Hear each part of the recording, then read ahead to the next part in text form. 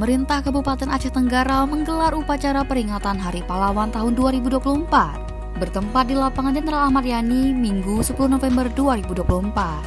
Sekretaris Daerah Yusrizal sebagai pemimpin upacara dalam amanatnya mengajak seluruh masyarakat Aceh Tenggara untuk mengimplementasikan tema peringatan Hari Pahlawan tahun 2024, yakni teladani pahlawanmu, cintai negerimu, dengan melaksanakan peran sesuai kapasitas masing-masing untuk menjadikan Aceh Tenggara yang lebih baik. Kami atas nama Forkopimda Kabupaten Aceh Tenggara dan pemerintah Kabupaten Aceh Tenggara mengucapkan Selamat Hari Pahlawan tahun 2024. Sesuai dengan tema pada tahun ini yaitu teladani pahlawanmu, cintai negerimu. Tentunya hal ini kepada kita ada pesan-pesan yang harus kita laksanakan pada saat ini, bagaimana kita mencintai pahlawan kita dan mencintai negeri kita.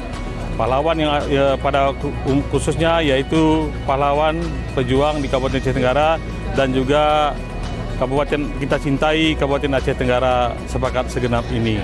Tentunya dalam momen Hari Pahlawan ini diharapkan kalau dahulu pahlawan itu berjuang dengan melawan penjajahan, tentunya saat ini kita harus berjuang melawan globalisasi yang dampak negatifnya. Tadi diharapkan di semua lini bagaimana bisa melakukan peran sesuai dengan perannya untuk menciptakan negara Indonesia ini umumnya dan Kabupaten Aceh Tenggara pada khususnya untuk menciptakan masyarakat yang adil dan sejahtera.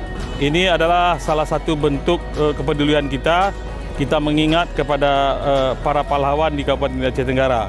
Kami berharap ini tidak dilihat dari jumlah besar kecilnya, tapi dilihat bagaimana pemerintah Kabupaten Aceh Tenggara sangat peduli dan teringat dan selalu mengingat para pahlawan yang ada di Kabupaten Aceh Tenggara.